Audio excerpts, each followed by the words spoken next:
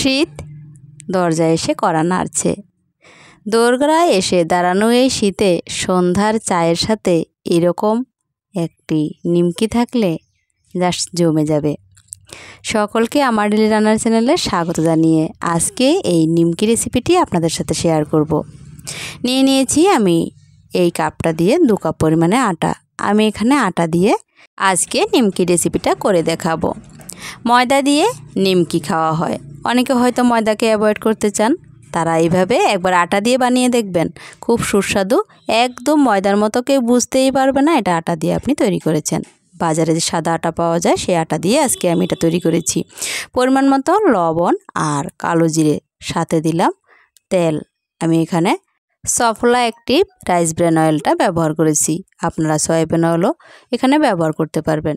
দেখুন এভাবে মাখতে মাখতে সম্পূর্ণ তেল আটার সাথে মেখে যখন ডোয়ের মতো হয়ে যাবে তখন এর মধ্যে আমি জল মিশিয়ে নিচ্ছি। সবটা জল একসাথে দিতে যাবেন না, আস্তে আস্তে যতটা প্রয়োজন বুঝেই জলটা দিতে হবে। ঠিক এইভাবে মাখতে মাখতে আমি ডোটা বানিয়ে নিয়েছি। বেশিরভাগ কাজ এই ডো তৈরি করতে। ডোটা তৈরি করে 5 মিনিটের জন্য এইভাবেই ঢেকে রেখে দিলাম। 5 মিনিট পর আবারও চলে এসেছি। এইদিকে সন্ধ্যার চা কিন্তু বসানো হয়ে গেছে। আমি নিমকিগুলো তৈরি করে নিচ্ছি। সন্ধ্যার চায়ের সাথে এই নিমকিগুলো ফটাফট, শুধু কথাই হবে না, আপনারা একবার করে দেখুন, একদম সময় লাগে না। যদি বেশি তৈরি করেন তবেই যা একটু বেশি সময় লাগে, নয়তো বা 8-10টা তৈরি করা কোনো ব্যাপারই নয়, চা হতে হতে এমনিতেই হয়ে যাবে। এবার আমি ডোটাকে 4টে টুকরো করে নিয়েছি। এখান থেকে আবার ছোট ছোট লেচি বের করে নিচ্ছি। এরকম ছোট ছোট লেচি পুরি করতে বা লুচি করতে যেই লেচিগুলো করা হয় এর অর্ধেক পরিমাণে আমি নিয়েছি ছোট ছোট লেচি। এবার এগুলোকে আমি নিমকির শেপ দিয়ে নেব।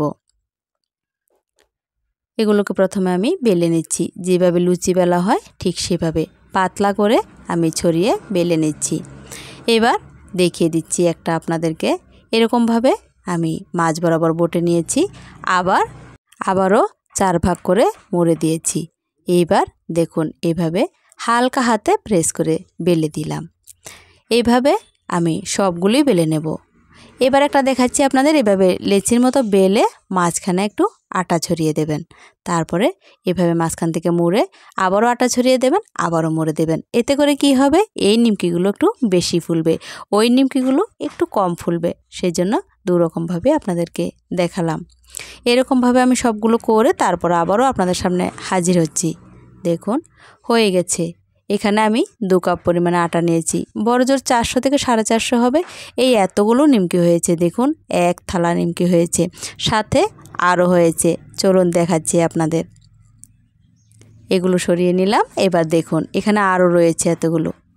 ঘরে কিছু তৈরি করলে একটু পরিশ্রম তো লাগবেই, তবে স্বাস্থ্যসম্মত আর পয়সার দিকে চিন্তা করলে এর কোনো জুরি নেই।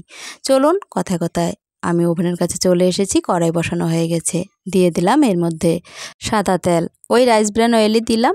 এবার তেলটা গরম যখন একটু কুমকুম হবে তখনই কিন্তু এই নিমকিগুলো দিয়ে দিতে হবে। বেশি গরম করে নিমকিগুলো দিতে যাবেন না। এই ট্রিক্সটা কিন্তু অবশ্যই নিমকি তৈরি করতে গেলে মাথায় রাখতে হবে। একদম লো ফ্লেমে, একদম কম আঁচে আর ঠান্ডা তেলে এই নিমকিগুলো ছাড়তে হবে। তারপর আস্তে আস্তে তেলটাও গরম হবে, নিমকিগুলোও ভাজা হবে। লো ফ্লেমে সবটা নিমকি ভেজে নামাতে হবে। বেশ অনেকটা সময়ের প্রয়োজন। এমনিতে তৈরি করতে বেশিক্ষণ লাগে না, কিন্তু ওই ধৈর্য ধরে অল্প আঁচে নিমকিগুলো ভাজতে হবে।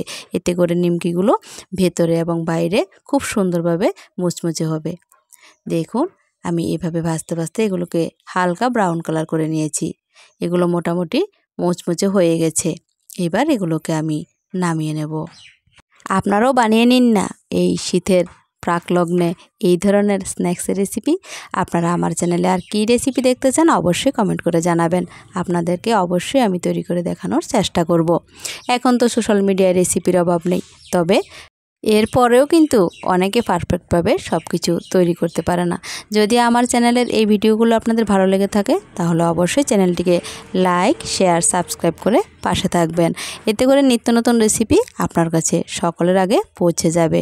আপনারা আমার চ্যানেল দেখে যদি এতটুকু উপকৃত হন তাহলে অবশ্যই আমাকে কমেন্টে জানাবেন। দেখুন সবগুলো নিমকি তৈরি হয়ে গেছে, চলে এসেছি সবগুলো নিমকি নিয়ে। এবার আমি আপনাদেরকে দেখিয়ে দিচ্ছি একটা নিমকি ভেঙে কি মুচমুচে হয়েছে। চলুন সকলকে এই ভিডিওটি দেখার জন্য অসংখ্য ধন্যবাদ জানিয়ে আজকের মতো রেসিপি এখানে শেষ করব। দেখা হচ্ছে আরও কোনো একটি নতুন রেসিপির সাথে। ততক্ষণ পর্যন্ত সকলে ভালো থাকবেন, সুস্থ থাকবেন আর সাবধানে থাকবেন।